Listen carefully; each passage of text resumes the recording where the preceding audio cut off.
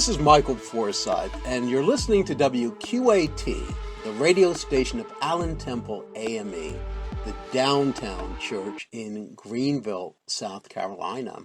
It's Halloween season, and we're fortunate to have with us an author who has horror in his blood. Dacre Stoker is great-grandnephew of Bram Stoker, the author of Dracula. Dacre is a terrific writer himself, the co-author of 2 internationally best-selling vampire novels, Dracula the Undead and Dracula.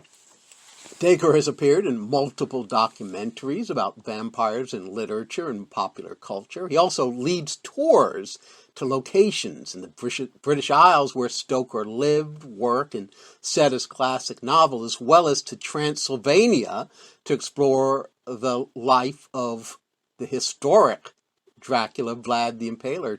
Dacre is going to tell us what his research has revealed about his famous forebear, about his own writing, and also a thing or two about vampires. Thank you for joining us, Dacre.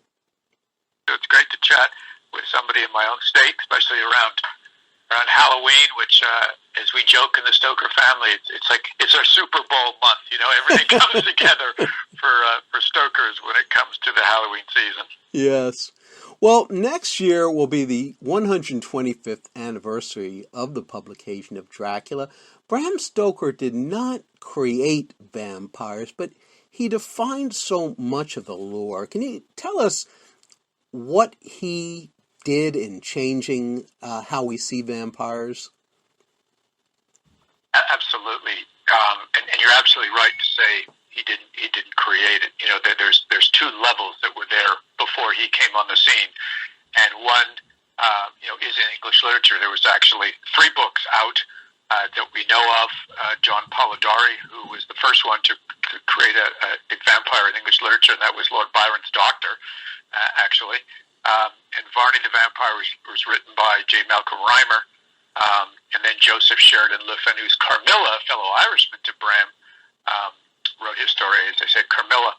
So those are 3 books that came on the literature scene before Bram, but all of those authors, as well as Bram Stoker, touched on existing folklore mythology that sort of came out of the Middle Ages in many countries around the world. Bram's research, he actually gave one interview, or only one person asked him for an interview, and in that interview, Jane Stoddard, the British Weekly, that came out just a few months after Bram's Dracula was published in May of 1897, she said, "Where did you get all this information?" And he said, "Well, I've gathered it from numerous sources, and where was it prevalent?" And he mentioned 13 different countries, Michael, where the vampire lore was prevalent, and I found some treaties to back all that up.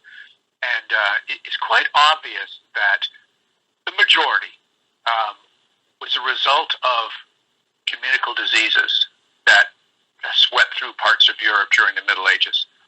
And Bram read, some of these treaties that actually were pointing out that people were exhuming bodies from the graves. And they were doing so because they couldn't understand why so many people were dying so quickly and without obvious reason. And of course, if you just point your finger at one of them, like the plague, here's one example of one of these that is really a good example. There was a plague went through Venice, Italy. 400 people were found in a shallow grave. And of those 400 people in this grave that were found, this fellow Philip Rohr wrote about this. And then years later, he discovered that some of these bodies had bricks in their mouth. And these skeletons, when they were exhumed with these bricks, it was like, well, we've got to find an answer for that. And they found Philip Rohr's writing. And the writing was very typical of many of these treaties. People misinterpreted the contagious nature. They didn't understand germ theory. So one member of the family dies. They put him in the mass grave. And then sure enough, a couple of days later, somebody else in the family dies. And somebody else next door dies. And down the street dies. And there's nobody running around killing people. They don't get it. They think that the spirits of the dead are coming out and taking life from the living. So when they go to exhume the grave, they realize that the bodies are bloated, that the shroud has some sort of red juices around the mouth, which is obviously biological decomposition at work, but it looks to them like this creature, this dead body, has come out of the grave and drank the blood from the living, thus why the other people die and why this one looks like he's full and fat of blood. So the logical thing for them to do is stop this chewing out of the shroud. They're clawing out of the grave, and they stick a brick in the mouth, and quite often they might break the legs, break the arms, turn the arms around so this skeleton, this body can't reanimate. So that's what Bram touched on, and these two ideas that were real in people's minds, that these bodies really were coming out of the grave over about a 200-year period, and learned men from the church, from military doctors, were being sent out to find out what the heck was going on. So what Bram did was obviously write a fictional story that was touching on what was believed to be true. And that's one reason why his story, sort of really, really resonated in the day, because it wasn't that long ago, the 1700s, when this was going on, and then Bram writing in 1897. So that's a short version, Michael, of why Bram touched such a nerve, based on the relevant knowledge that people had at their disposal. Yes. And though now we are, well, I should say, I was about to say we are far removed from the era of contagious diseases, but obviously our knowledge is better now. We understand them. And yet the vampire fascination among people has only increased since then. I mean, there are God knows how many different versions of Dracula and different vampire things on television right now. Why do you think that the fascination with the vampire endures and so strongly today? Well, it's not an easy question to answer, because there's so many different elements of the vampire that it is moved into literature, popular culture, and as you just mentioned, on film and games and streaming, all kinds of different levels of stories, from paranormal romance to sheer horror, everything in between. But here's my theory, Michael, and that is that the essence of the vampire really relies upon something that probably everybody on this planet think of at one time or another. And that is what really happens to my body, my soul, when my life runs out and I die. And obviously we have religion, and so many different religions around the world that provide different answers, but in generally a comforting scenario for you live a good life, you're going to have a good afterlife.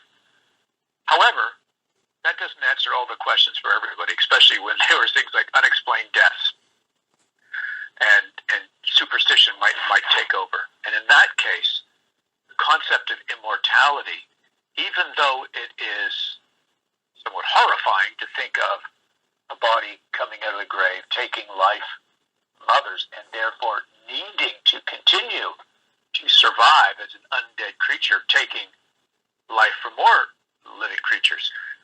But still, it's a fascinating theme, and it's something, as I mentioned, that people might think about.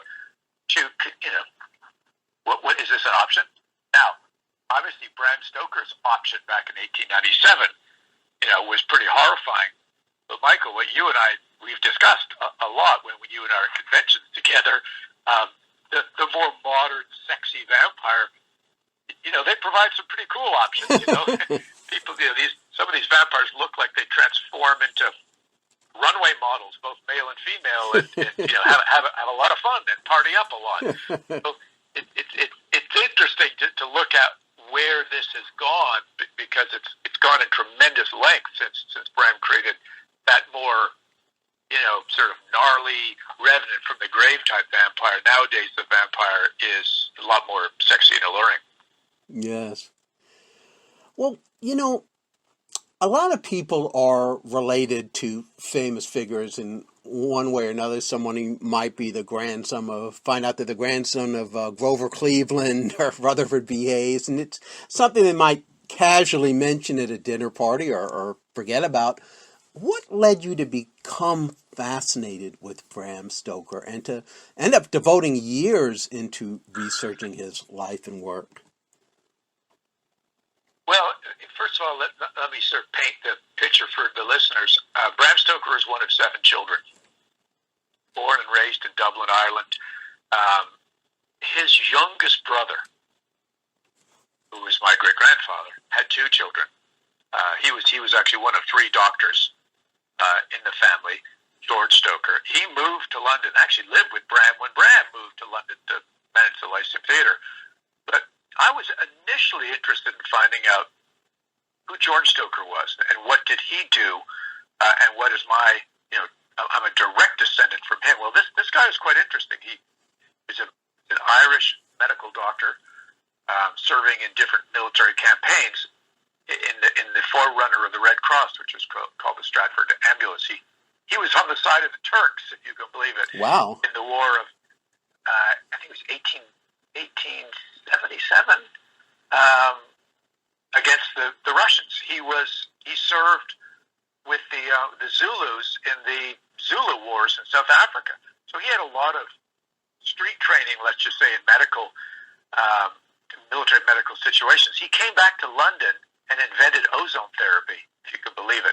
But to get to your point, I was trying to figure out who he was, and he had 2 children. One of them, the son, moved to Canada, Montreal, after World War I, Thomas Thornley Stoker, and that's how my branch of the family started. George's daughter never married, never had children. So it was my quest to find out about that information, that side of family. When I found out that George lived with Bram, was very close to Bram, he actually did the doctoring for the people at the Lyceum Theatre while Bram managed it. I found letters back and forth, and then it was just sort of a natural occurrence to go, okay, well, obviously in medical circles, some of the Stoker brothers are very famous, and 2 others were as well. But when it comes to literary circles, I got to look into Bram Stoker because, it's funny, more people are interested in guys writing Gothic horror stories than inventing medical procedures and so on. And then it was, oh my God, there was just so much about Bram Stoker that other people had written about. There's now 5 biographies, some biopics which are interested, and then just there's a general fascination with the subject Dracula and the ongoing mystery, Michael, that I know you and I, again, we chat about at conventions, because nobody really knows exactly, definitively, what were the main inspirations for Bram Stoker writing Dracula, and how is it related to his life? Did he have certain problems?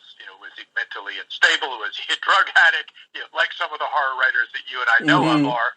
But it turns out that I needed to look into his whole life, and what other people say about him. And that sort of brought me to the doorstep of some pretty interesting discoveries that, one I made myself, and others people consult with me. And I'm the guy that tends to be the one that puts these sort of collective pieces of the puzzle together to then help answer some of these questions about what were some of Bram's inspirations and motivations for writing Dracula. And then I use that stuff in the novels that you mentioned earlier in the show.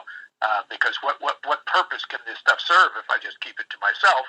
Some of it I published and put it on websites, but to me the most fun is using that information in fictional novels where people have a hard time deciphering the difference between what is real and what is not real. Yes. Well, perhaps you could tell us what were some of the more interesting and surprising things that you found about Bram Stoker's life as you researched, found things in libraries and private collections. What were some of the things you found out that surprised you? Well, I guess probably the first one is that the guy almost didn't live. For the first 7 years of his life, he was afflicted by some mysterious illness, and no one to this day knows definitively what it was. But he did recover it somewhere around the age of 7 or 8, and therefore made some massive acceleration in his learning, in his physical stature, to get accepted at Trinity College when he was a teenager, wrote the exams, passed them, became a strapping young man, strong young man, at the age of 17, 6'2", really turned into an amazing athlete, won all kinds of awards. And Michael, what I found really interesting is how does a guy go from an invalid to becoming that strong, healthy, and fit in just a matter of a few years, and then also come into his own psychologically with his confidence, where he became a good student. He became a leader of the Philosophical Society and Historical Society, participated in drama, debating, and as I mentioned, won trophies for long-distance race walking, participated in rowing, all-around athletics champion at Trinity College in track and field. So whatever it was that made him sick, he recovered from it and then some. So that was probably, the first most important thing about his life that I then used later on, and we'll get into the writing of Dracula later. The other thing, that I want to mention pertaining to this question is just recently, and this is incredible, Michael, because you mentioned the 125th anniversary, and there's still interest to find out things, even at the institutional level. The London Library in London, England, the head of fundraising was a Dracula fan, and he had picked up a copy of published Dracula notes that Elizabeth Miller and Robert Bestselling had published, and in the back of the notes was the listing of 26 books that Bram had used for his research. And this fellow, Philip Spedding at the London Library, thought, I know Bram was a member here. I wonder if any of these books are still here in our library. So the records, unfortunately, were not great because the place had been bombed during World War II and they'd changed locations. So they didn't have the booklet that says, on a certain date, Bram Stoker signed out these books. But they had, and he found much to his astonishment, of the 28 books Bram listed, 26 of them were still in general circulation in the library. And furthermore, they had mysterious notes in the margins. Things with check marks, underlining, NB for nota bene, mem, just like Bram Stoker writes in Dracula from Jonathan Harker. So he contacted me, Philip did, and another fellow, Robert Bestselling, because he knew we were working on Bram Stoker annotated Dracula, and we were experts on it. But he didn't know that I had in my possession, I'd borrowed from my cousins, Bram's great-grandsons, a edition of Dracula that Bram had actually marked up himself at the request of his publisher to reduce the word count from Dracula, published in 1897, by 30,000 words to create the first short version, abridged version of Dracula to come out in paperback in 1901. So this book was full of these little notes and markings. And it turned out, Michael, they were very, very similar to the notes and markings in the London Library books. And furthermore, Philip was able to identify 2 books that Bram Stoker's son, Noel, donated to the London Library after Bram had died. So they came right from Bram's library, and they also had similar markings in them. So with these 2 sources, we were able to really definitively say Bram Stoker was a little bit naughty. He defaced the London Library books with a pencil, albeit, but it shows the things that Bram was looking for and what caught his eye. And it was most surprising to me that there was a general fascination, and it showed up in these books by respected authors, one man of the church, other explorers, one man who was a great thinker of his time, that there was great interest in the paranormal, in the occult, in the supernatural, in vampirism. And as I looked through these things that Bram had checked off, And I quickly was able to snap pictures of all these things with my iPhone, so I used them in my research. And then I went and bought copies of the same books off of a book so I could read the entire book. And I got this great revelation that Bram Stoker didn't invent all this. He just perfected it. But he took existing thoughts that were fringe, let's just say, Michael, fringe thoughts about these emerging sciences and also beliefs that even in the late 1800s, when religion was at its strongest, but it was beginning to wane a little bit in certain areas, and superstition was making comeback. The Order of the Golden Dawn, the Hellfire Club, these kind of these clubs, let's say, that were offshoots of Freemasonry, were beginning to get momentum because people wanted to know, and they were not able to discuss this stuff in open and public, but they could write it in books. They could discuss it in these behind the curtain type rooms. And what Bram did was he researched these and he utilized these thoughts and ideas in his novel Dracula. So those two things really jumped out at me, Michael, as aha moments about Bram himself, and that it wasn't just great imagination.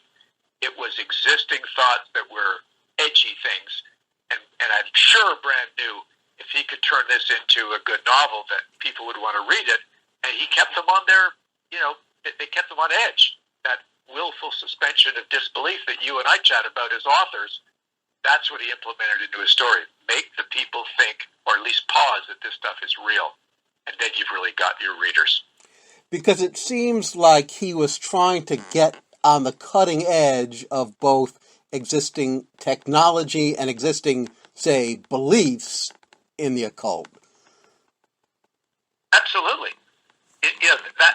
That's what a good writer or a good theater manager, as Bram was, they've got to be edgy and get people thinking and get them to fit into their theater or to buy the books. He himself was interested in technology. They helped integrate into the Lyceum Theater electric lighting and to move away from gaslighting, which was very somewhat dangerous at the time. But this was also time in England, the center of the universe at the time, when gaslighting was coming in and the telegram was coming in. The telegraph, there was the recording phonograph that Bram utilized in Dracula. All these methods of communication were new, and the Kodak camera was new, used in Dracula. The searchlight in Whitby was brand new, used in Dracula. So I think what Bram was getting at, in a certain extent, Michael, was we recognize the power of the supernatural, but let's also embrace the power of technology, and let's not overdo it. But we've got to fight fire with fire.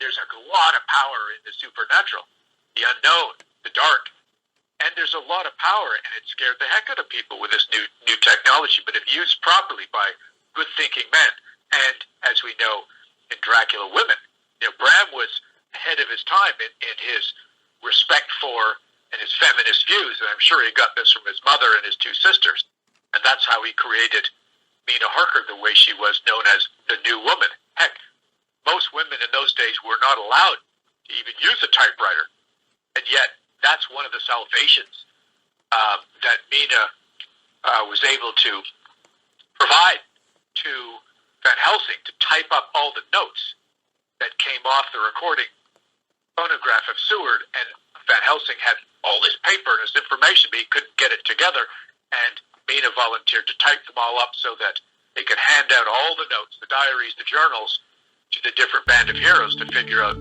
what the heck was going on. So he was ahead of his time, and he used it in a really interesting way.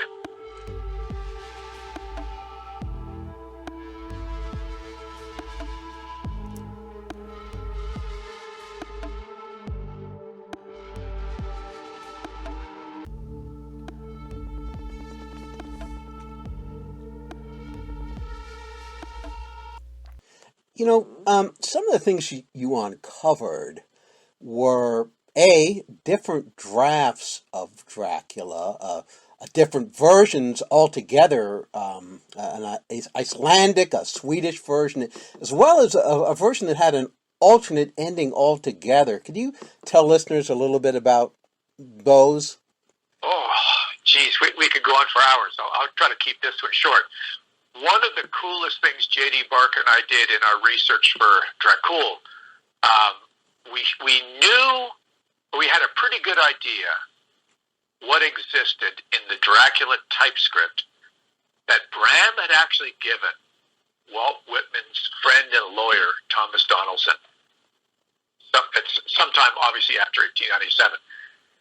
That typescript ended up in a barn in Pennsylvania and discovered 50 years later and sold at auction. And Paul Allen, the co-founder of Microsoft's estate, purchased it. Paul Allen, who's no longer living, I did meet him when we went out there, but he loved to collect all kinds of weird, interesting things from guitars to Star Trek sets to the Dracula typescript, and we were allowed to study it. And what we were looking for were clues about things that were taken out. And we found two major things, Michael, and one of them was that the typescript as we know it, and Dracula as we know it, starts at page 102. So 101 pages were taken out. And I was able to see, and I had a pretty good idea what it was, because Bram's widow published a short story called Dracula's Guest 2 years after Bram died. 1914 it came out. And the preface to that, she said, this was excised from my husband's most famous book for length.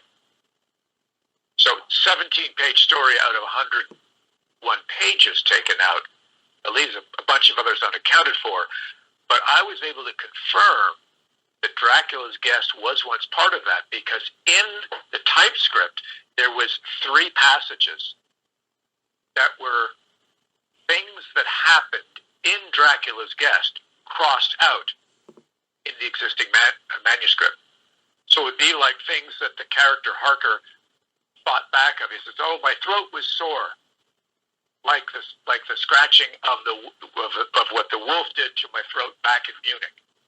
So Dracula's Guest happened in Munich, but Dracula, as we know it, does not start until Harker's on the train getting into Romania. So it was looking back, and he had to take those things out.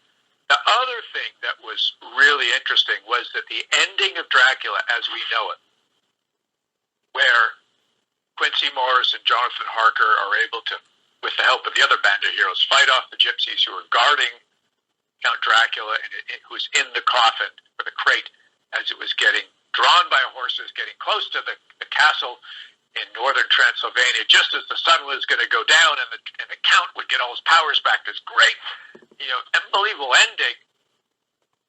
Quincy Morris thrusts his Bowie knife into the chest of Dracula. Harker slits his throat with a kukri blade, and Dracula crumbles into dust. And then, unbeknownst to most people, because it was edited out, a massive volcano erupted. And that was taken out. Now, a couple of points on that. Number one, we have since figured out, Hans de Roos, a Dutch-German researcher, realized that the notes for Dracula actually contain 2 sets of coordinates, longitude and latitude, pointing to an extinct volcano in northern Transylvania. I've actually been there to verify all this, and had one heck of a day or two. But what it shows was Bram Stoker was planning to have a very definitive ending to his story, and obviously do away with his Count and anyone else who got in the way of a volcanic eruption. But he didn't. Either he or his editor took it out. So it begs the question, with that less than definitive ending, did Bram really want Dracula to end, or was his crumbling into dust just his way to shapeshift to get the heck out of there and to come back, regenerate, and come back another day? Well, I always thought, Those are two cool things yeah, we found in that typescript. yeah, the Bowie use of a Bowie knife, at least by our standards, is a little iffy when you're trying to get rid of a vampire. You know that. I mean, Michael, what is the right way to get it? Bram even says it in the novel. What's the right way to get rid of a vampire? What do you use? Yes, a stake, a wooden stake. You're right. Yeah. No, I mean, who knows? Maybe the wooden stakes got dropped in the battle, in the heat of the moment. I don't think Bram would have forgotten. Yeah. He's a sharp guy. Yeah. There was a good reason, and I think that's what we're figuring out now is maybe he was planning a sequel, or maybe he wanted his great-grandnephew 100 years later to write the sequel. Right. Well, you wrote a sequel, but you also wrote what I found even more interesting was the prequel that you co-authored with J.D. Barker. And it's just a wonderful book. I really recommend it to people because it really is so steeped in history that gives it a real believability.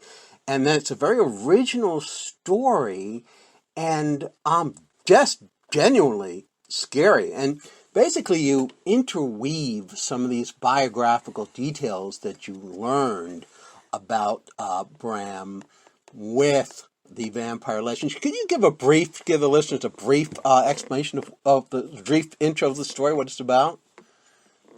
Yeah, and I do agree with you. The sequel was a good start for me. I've honed my skills since then, putting out Dracula Dead with Ian Holt, and this story, Dracula with J.D. Barker. J.D. is a very polished writer. He's since now written 2 bestsellers with James Patterson.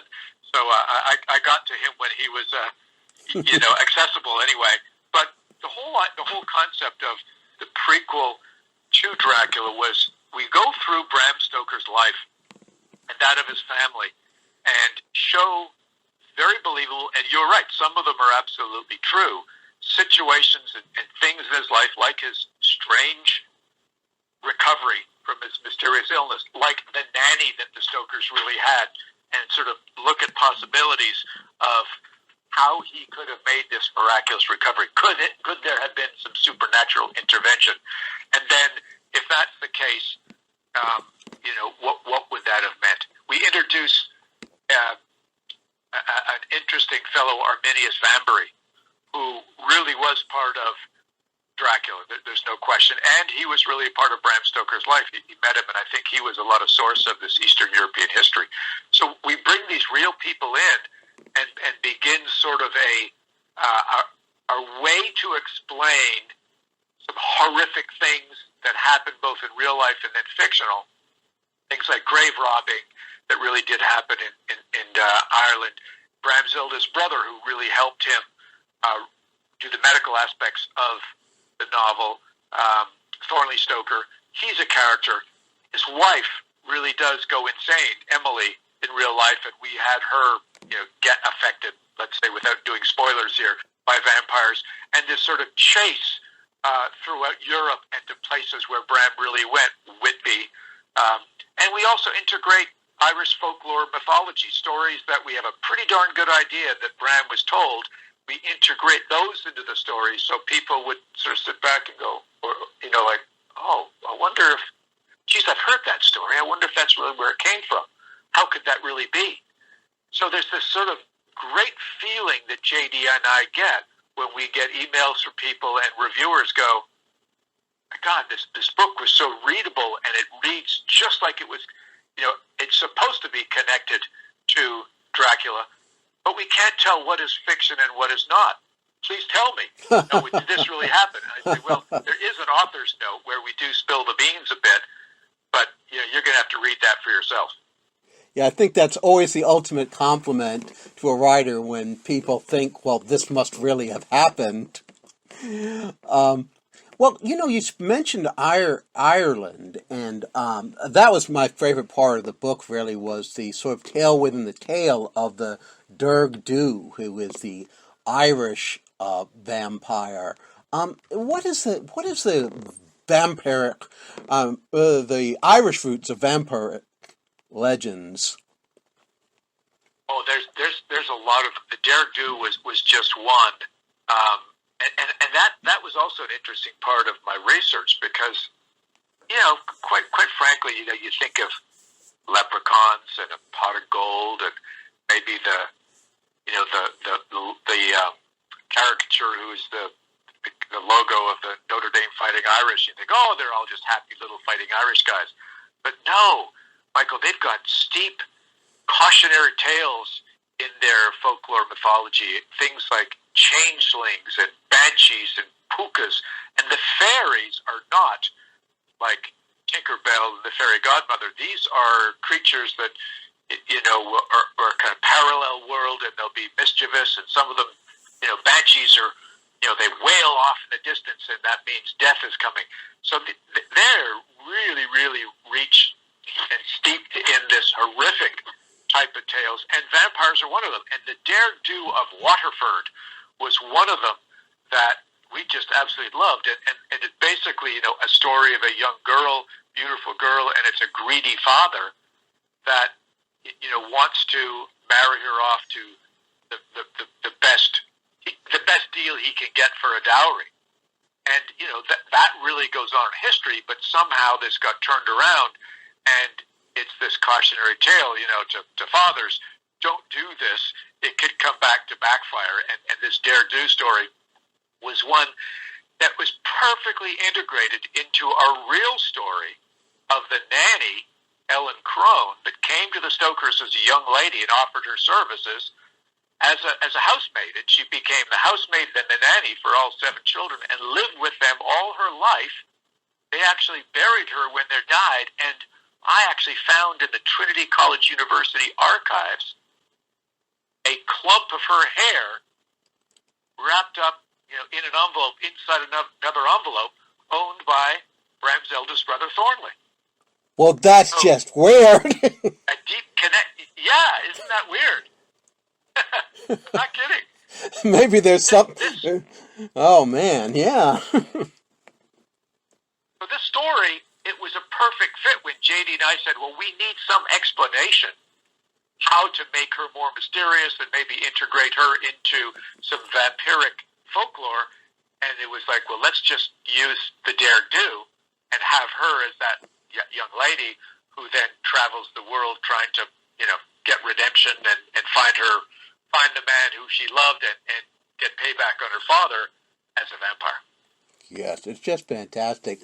Well, your research and you're just taking you to travel to those locations where Bram Stoker lived and worked, where he set parts of his story, and of course, most glamorous, over to what is now Romania, the site of Vlad the Impaler's castle. But you also were specifically looking for the castle that was the model for Bram Stoker's fictional castle Dracula. Can you tell us about your adventure?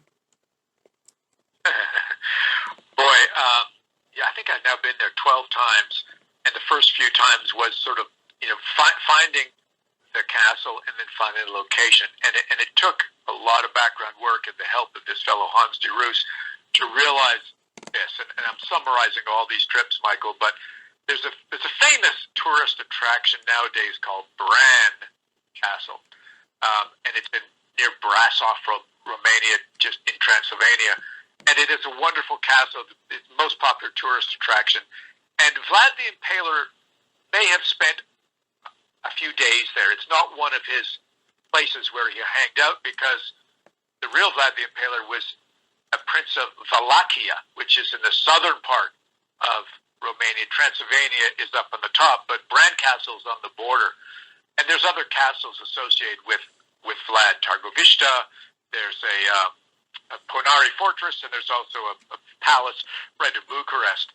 But what I found out was Bran Castle, which calls itself Dracula's Castle, to capitalize obviously on the novel, the movies, and Vlad the Impaler, was actually used by Bram Stoker as the exterior model for his fictional castle Dracula. In 2 of his books in the London Library that I mentioned earlier in the show, there were sketches of this castle. And it was the only castle there were sketches of.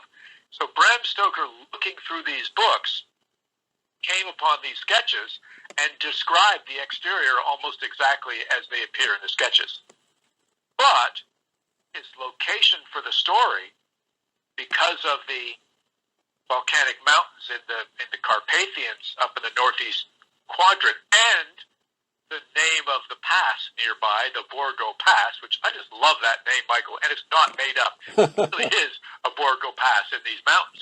And it just happens to be about 20 miles away from the Mount Israel, this volcanic mountain, which coincides with the lines of longitude and latitude that Hans de Roos found in the notes. So we found the location. We know what castle Bram imagined to be up there, and I had to go there. I took my son, and we hired a guide, and a couple of fellows, friends of ours, came with us, and we had a very Jonathan Harker day. It was a nightmare, actually. We only had 2 days of our whole trip to do it, and weather closed in, but we went anyway. It took us about 2.5 hours up some very steep hiking to get to the top. And when we got the top and raised the Stoker flag we brought with us, the coat of arms, and I left some notes in a canister hidden under rocks. If you find this, email me. You found the location of Bram Stoker's fictional castle. Getting down was a problem because the night was beginning to fall and the storm was rolling in, and going down the very steep way would have been dangerous because what we walked up through was an old logging site which left very sharp stobs in the ground. And so I made the decision on behalf of the team, guys, we can't go down that way. If somebody slips and falls, there is impalement, and just as bad as the type Vlad used to do back in the 15th century. So we took the long way, which is going all the way around the cone of the volcano, and we found a road and a weather station where we ended up getting a ride back. But it was 2.5 hours up and about 6.5 hours down, and it ended up, we made friends with the guy that saved us, and he brought us to the administration of the park, where they loved to hear our Jonathan Harker tale, and they made fun of us for not preparing ourselves well for the trip up and down. But they invited me to come back, and if I came back and brought a plaque, they would honor it and put it up and create a trail on different terrain, which when I did go back 2 years later, Michael, with the plaque, it's quite funny, and I laughed the whole way. Had we known this other way to get in, and we had known the right connections, we could have gone in by a 4x4 vehicle and got within about half a mile of the peak, rather than climbing up like we did and down like we did. But, nothing can be easy, otherwise it's not worth it. Yeah, but I got to tell you, I'm so glad that you got through safely, because imagine what a great headline it would have been if Bram Stoker's descendant, more or less, had fallen to his death and been impaled while escaping Dracula's castle. That. But I wanted to. I would have rather been injured rather than dead, because I would have loved to have lived here to have to live that tale down. It would have been very embarrassing for the rest of my life. So let me ask you this. Bram Stoker, the only other work of his that I'm familiar with was Lair of the White Worm, another interesting, creepy story. He wrote a bunch of other novels. Are any of the others worth reading to the average person? Are they interesting? Oh, yeah. Lair of the White Worm is a sad story to it. It is strange. It's somewhat disconnected. It was turned into a movie that actually had Hugh Grant in it. And it is a bit vampiric, but he had one stroke at the time, and it's the last thing he ever wrote, and he wasn't at his best. But there's two. I found a lot of background for some of his other stories, so I direct listeners to read number one, Dracula's Guest. It's a really good short story, and it ties in nicely. Actually, J.D. Barker and I made sure that it tied in very nicely to Dracula and Dracula. So if you like any of those stories, read that one. Mystery of the Sea, Michael, is not vampiric, but it was written based on activities that Bram came to learn in Cruden Bay, Scotland, where Bram actually wrote Dracula. People always think, oh, he wrote Dracula in Whitby, England. No, he took copious notes on one 3-week holiday in Whitby, and that's why he chose to have the Count arrive in Whitby and St. Mary's Church and Whitby Abbey, and that's why J.D. Barker and I set parts of Dracula there. But he actually did the writing on these extended summer holidays when he was in Cruden Bay, Scotland. And as a matter of fact, the interior of his fictional castle Dracula is based on the interior of a Scottish lord's castle in Cruden Bay called Slains Castle. There is a very obvious and unique octagonal room in the middle of Slains Castle. And if your listeners Google that today, because the roof is no longer on it and it's a ruin, you can see the octagonal room as described by Bram Stoker in Chapter 2 of Dracula. And so in that town, Bram wrote Dracula. He was inspired for some things in Dracula. The Mystery of the Sea is set there, and it is a very cool story all about smuggling and the Spanish Armada, stuff that really happened there. He wrote another one called The Water's Mouth, about a mysterious death that happened there. He wrote something called The Seer, which is second sight, something that Bram was very interested in. The Jewel of Seven Stars is a Egyptian type of vampire story where a mummy comes alive as a vampire. He was very interested in Egyptology. Again, books in the London Library, and his own library reveal that. And Oscar Wilde's father, Dr. William Wilde, went to Egypt, and Bram was very friendly with the whole Wilde family. And Dr. Wilde wrote a report on bringing back a mummy to England and the curse that may have gone with that. So there's definitely other stories. I'm going to finish this little monologue with one of them in particular, because one of my latest things is turning some of these short stories that Bram Stoker wrote into graphic novels. And the most recent one we've done, which is the first one, we're working on the second one right now, was a story called The Squaw that Bram wrote about a trip to Nuremberg, and we've changed it for politically correct reasons to be named The Virgin's Embrace.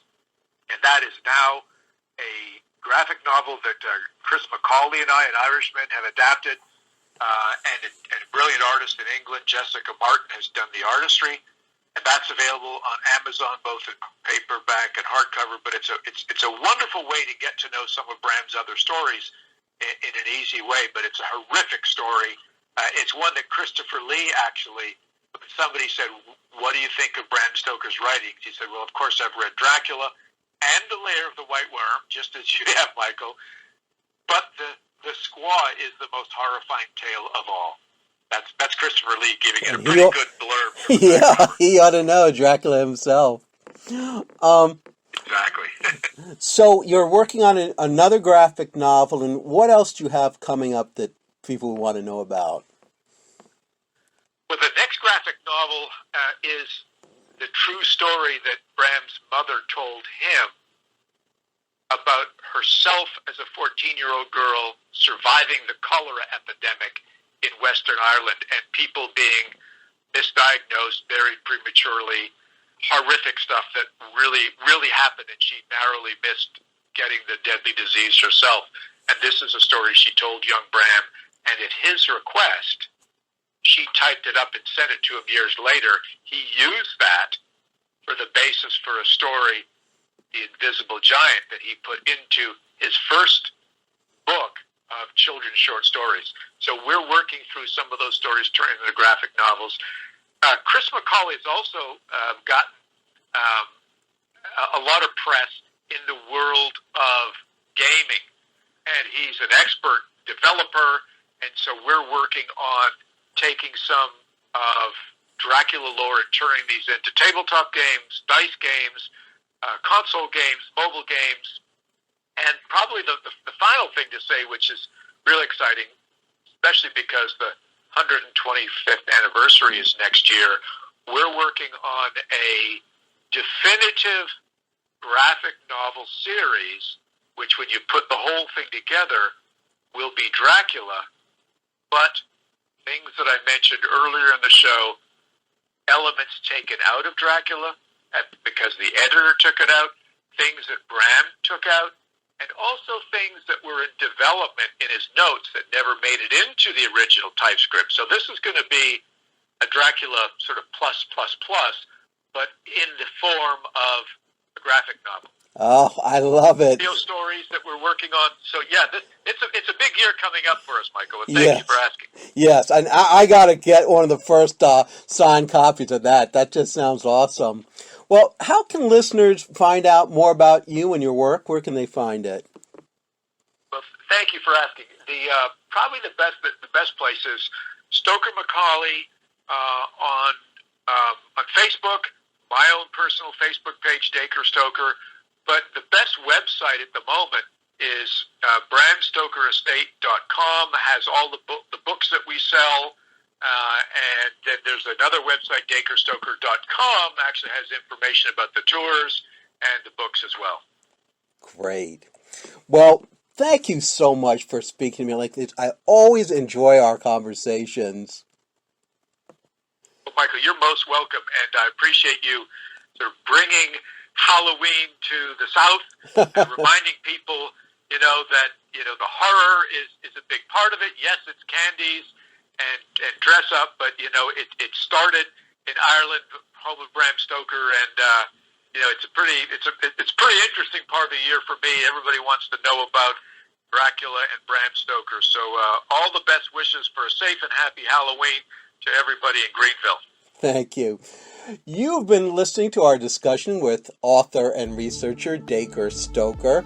I'm Michael Forsyth on WQAT, the radio station of Allen Temple A.M.E., the downtown church in Greenville, South Carolina.